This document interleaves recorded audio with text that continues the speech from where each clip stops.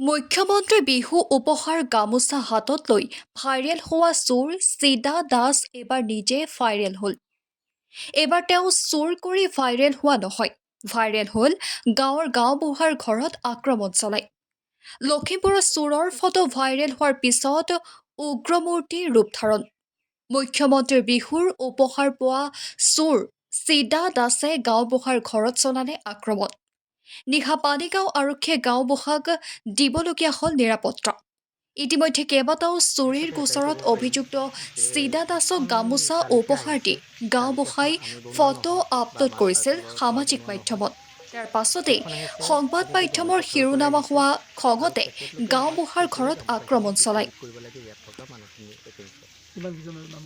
আমি 65 মান কৰিছোঁ নেকি, আমাৰ দুজন গাঁও প্ৰধান আছিলোঁ।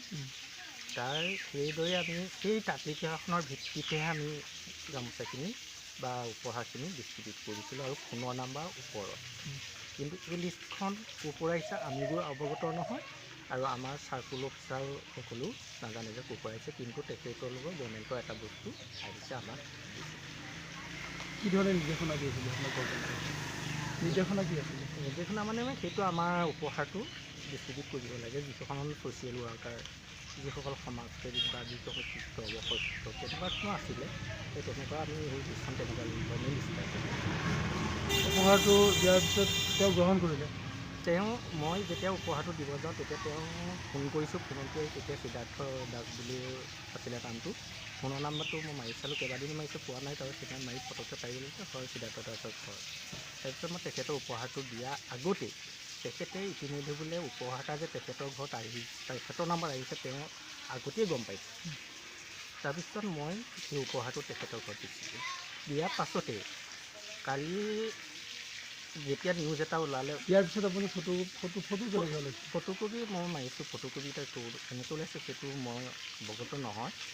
মই যেতিয়া কালি পেপাৰত পাইছোঁ, পেপাৰত পোৱাৰ লগে লগে মই ৰাতি 7টা বজাত ঘৰত আহিছোঁ। তেতিয়া 7টা বজাত সিদ্ধাৰ্থ দাসে আহি মোৰ পৰিবাৰক কৈছে যে তোৰ মানুহটো ক'লৈ গ'ল, তোৰ মানুহটোৱে পেপাৰত লিক কৰিছে আৰু ফটো দিছে, তোৰ মানুহটোক উলিয়াই দিয়ে, তোৰ মানুহটো মই এতিয়া দোষে কৰিম বুলি কৈ আহি মোৰ যিখন টেবুলখন যিখন মই গাঁওবুঢ়াৰ কাম কৰোঁ সেই টেবুলখন ঢাপ মাৰিছে। তাৰপিছত মই যিখন চেয়াৰত বহোঁ সেই চেয়াৰখন কাটিছে।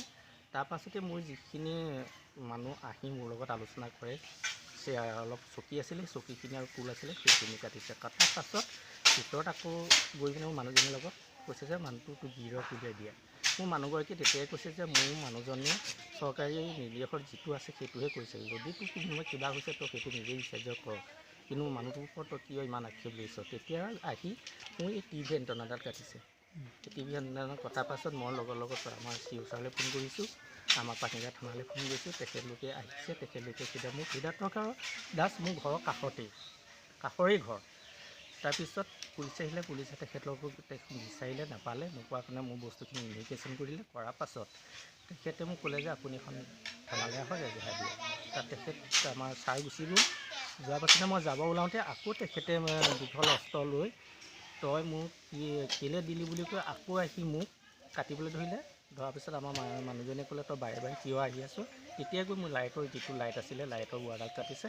কটাৰ পাছত মই ছাৰক ক'লোঁ, ছাৰ ইতিমধ্যে সিদ্ধাৰ্থ দাসে আকৌ আহি মোক এনেকুৱাখিনি কৰিছে, মই এতিয়া থানালৈ যাব পৰা নাই। তেতিয়া ছাৰে ঘূৰি আহিলে, ঘূৰি আহি মোক ক'লে আপুনি আমাৰ থানালৈ আমাৰ গাড়ীতে ব'লক। মই তেখেতলোকৰ গাড়ীতে গ'লোঁ।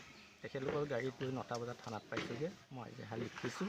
এজাহাৰখন লিখাৰ পাছত মই তেখেতক দিছোঁ, 11:30 বাজিছে। তেতিয়া মই ঘৰতে আহিব বিচাৰোঁতে মই তেতিয়া ক'লোঁ, ছাৰ মোৰ সুৰক্ষা লাগে।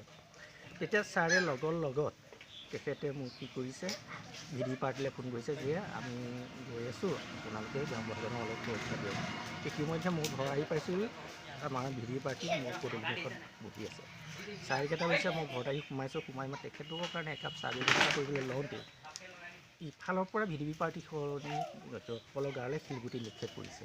তেতিয়া তেখেতলোকে ৰাস্তাৰ পৰা যে দাদা শিলগুটি মাৰিছে বুলি কৈ মোৰ ভিতৰত সোমাইছে।